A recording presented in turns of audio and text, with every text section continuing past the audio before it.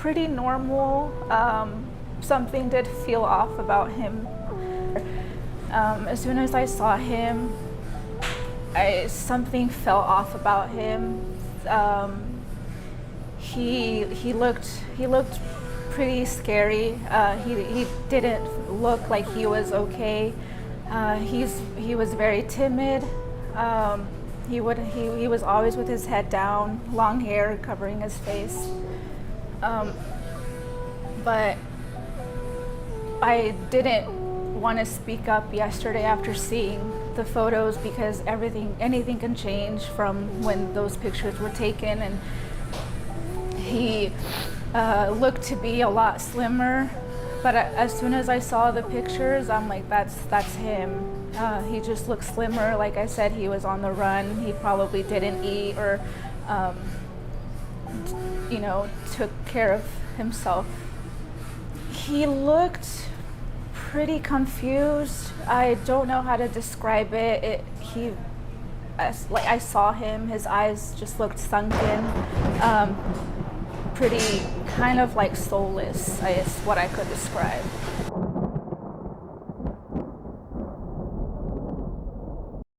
It's always the knock that starts it.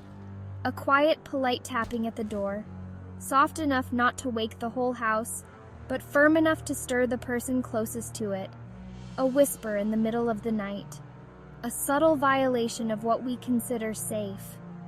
After all, who knocks at 1:43 in the morning? And it's always the same kind of story. You open the door. 2 children stand before you.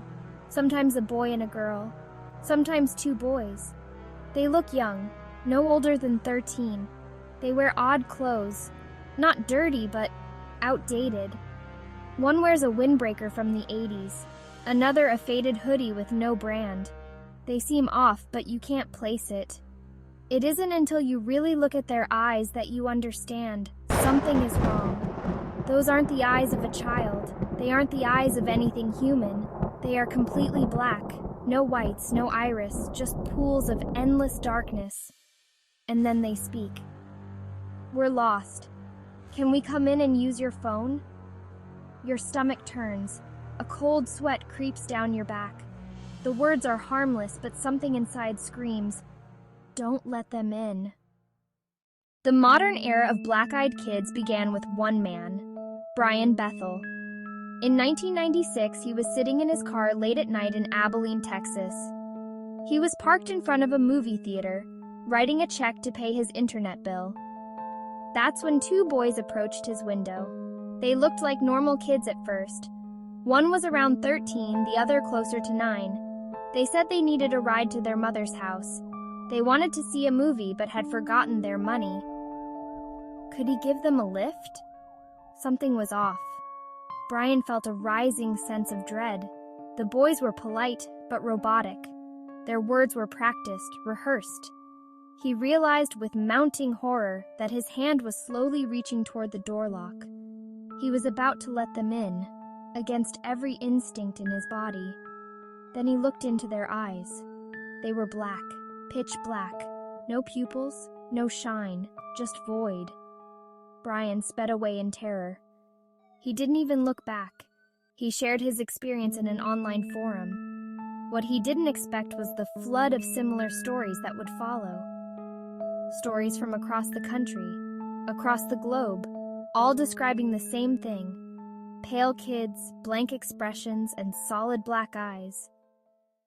The behaviors of Black-Eyed Kids follow an unnerving pattern, almost like a ritual. 1. They show up unannounced, usually late at night, often during storms or power outages, sometimes at gas stations, sometimes on dark rural roads. But most often, they knock at your front door. 2. They ask for something small, help, a phone, a ride, to use the bathroom. They never demand entry outright, they just want you to invite them in. 3.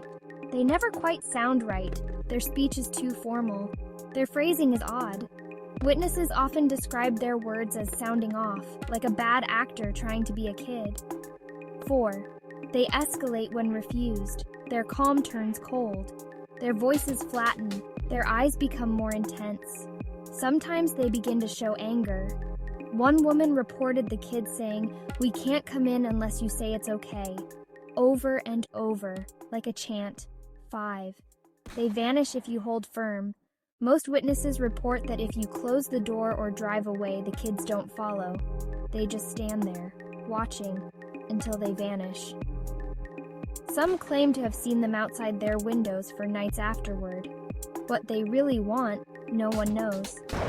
But the stories suggest one thing clearly: letting them in brings consequences. There are few known cases of people who've allegedly let black-eyed kids inside. Fewer still who have told their stories afterward. One chilling account comes from a man in Vermont, shared anonymously online. It was a snowstorm, and he heard a knock at his door. 2 kids were standing in the snow, not wearing coats. "We need to use your phone," they said. He let them in. Almost instantly, he felt dizzy. His nose began to bleed. The kids sat motionless on the couch. Then one of them said, "Our parents are here." He looked out the window and saw 2 tall, pale men in black suits standing at the edge of the woods. No car, no footprints. The kids left silently. In the weeks that followed, the man's health declined.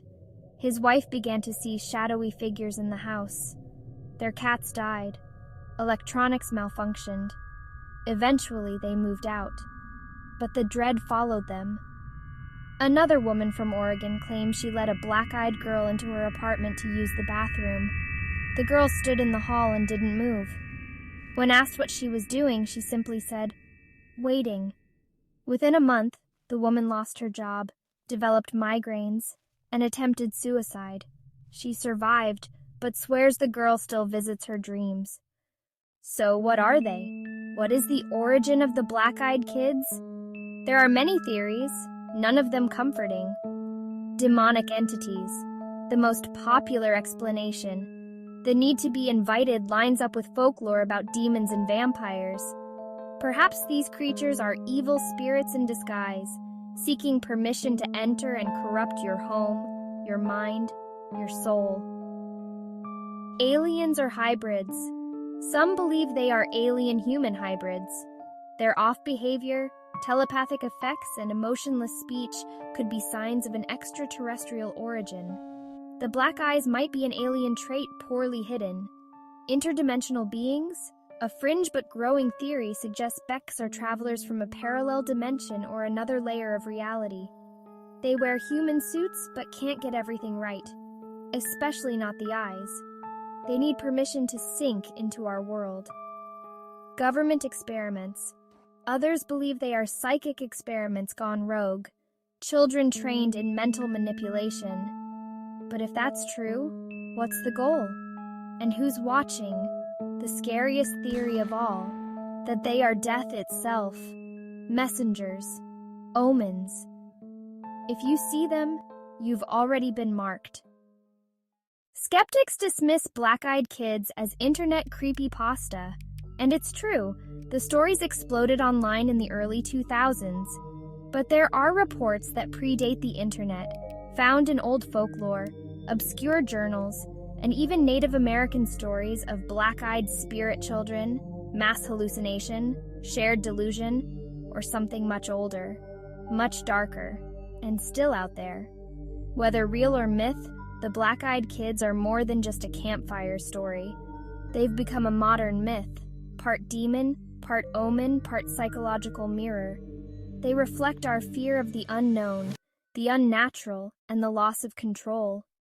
So what do you do if they come to your door? Don't speak.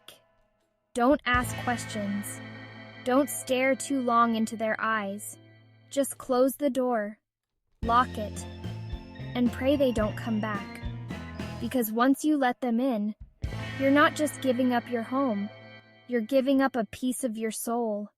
Megalodon Media, like and subscribe. Megalodon Media, like and subscribe. You feeling all the news and you loving the vibe? Like and subscribe. Go ahead and like and subscribe. It's the Megalodon. Megalodon Media, like and subscribe. Megalodon Media, like and subscribe. You feeling all the news and you loving the vibe? Like and subscribe. Go ahead and like and subscribe. Megalodon Media, like and subscribe. Megalodon